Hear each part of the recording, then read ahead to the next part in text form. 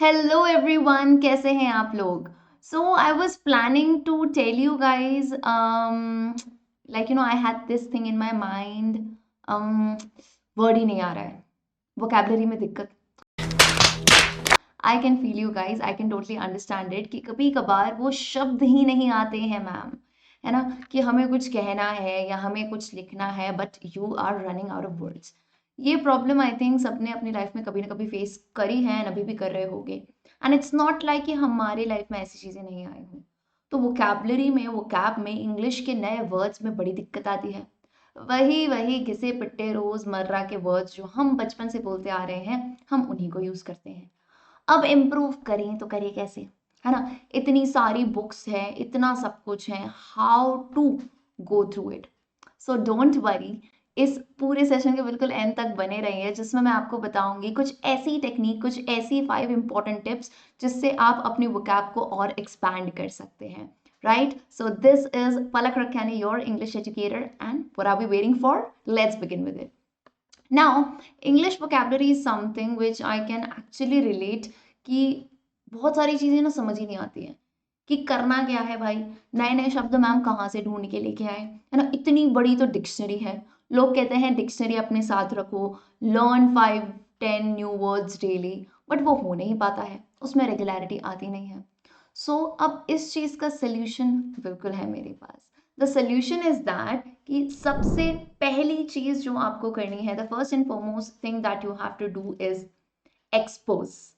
पहली टिप है एक्सपोज। हम क्या एक्सपोज करना है? Expose yourself to new content, to English content. यानी एक्सपोजर का मतलब यहाँ पे ये होता है कि आप अपने आप को सराउंड कर दो, सराउंड कर दो मूवीज से। इंग्लिश मूवीज देखो, इंग्लिश सीरीज देखो, भले ही सबटाइटल्स ऑन करो, of course you should turn on the subtitles, okay. And आप उन मूवीज को देख के जो है कॉन्वर्जेशन सीखते हो, साथ साथ पहली बात तो एंटरटेनमेंट हो रहा है, राइट। एंड ये एक बहुत ही ज़्यादा नोन फैक्ट है that when you are not actually planning to learn something, then is the time when you learn it. यानी कभी भी आप मूवी देखते हो तो आपको पता है ना, आपको कैरेक्टर्स के नाम आप याद करने तो नहीं जाते हो, बट हो जाते हैं, right? So it should be that simple.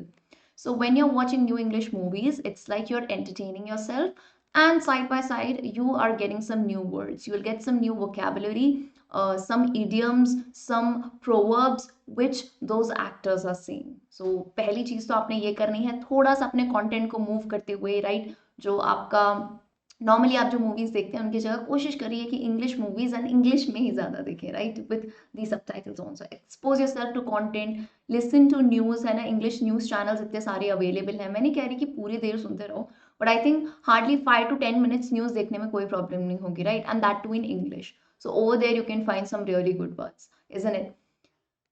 Second tip जो है हमारी, very very very important, at a time. अब एट अ टाइम का मतलब क्या होता है बेसिकली? तो at a time in the sense कि आपको, फॉर एग्जांपल, आप कहीं पे कुछ वर्ड पढ़ रहे हो, लेट्स टेक आपका कोर्स बुक है, आपकी लिटरेचर बुक है ना? एंड आपने कोई ऐसा डिफिकल्ट वर्ड देखा, कोई न्यू वर्ड देखा, सो एट अ टाइम यानी क्या, उस ही वक्त ये हैबिट डाल लो कि यार मुझे इस वर्ड का मीनिंग निकाल के ही रहना है ना? ये नहीं है कि बाद में देख लेंगे या इसको छोड़ देते हैं।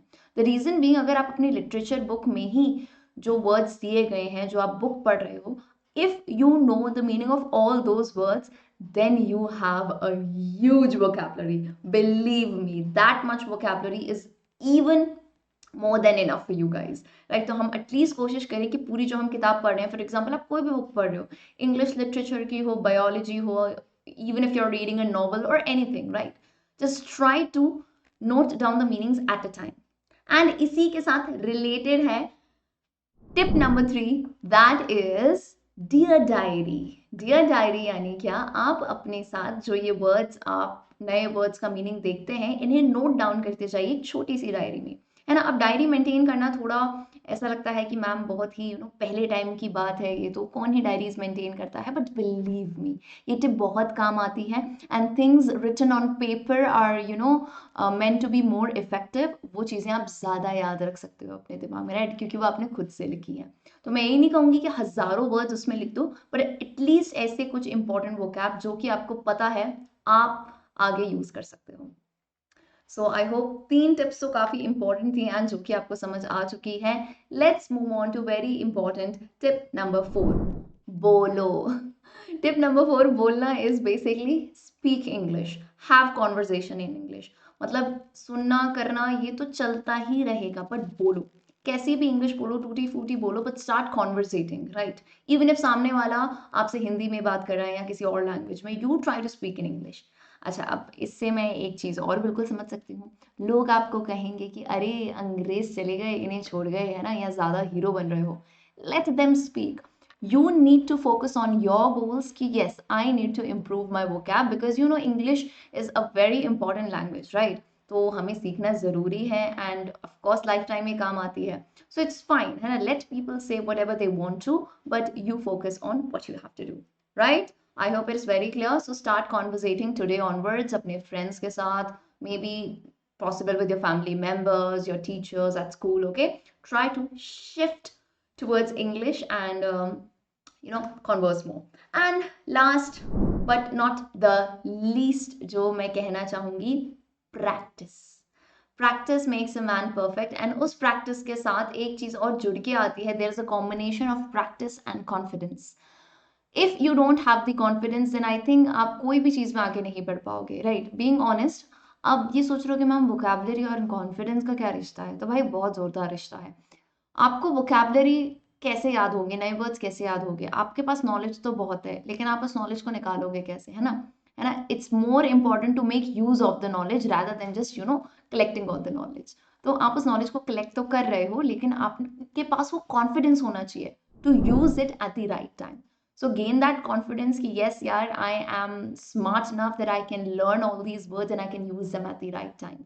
तो ये कुछ बहुत ही बेसिक सी लेकिन अगेन इंपॉर्टेंट टिप्स हैं, क्योंकि मुझे लगता है जो चीज़ बहुत बेसिक होती है वही बहुत बहुमूल्य होती है, right. So I very well hope कि सभी को जो है ये टिप्स काम आई होंगी. अगर टिप्स काम आई हैं तो मुझे कमेंट सेक्शन में ज़रूर बताइएगा. And thank you so much for watching.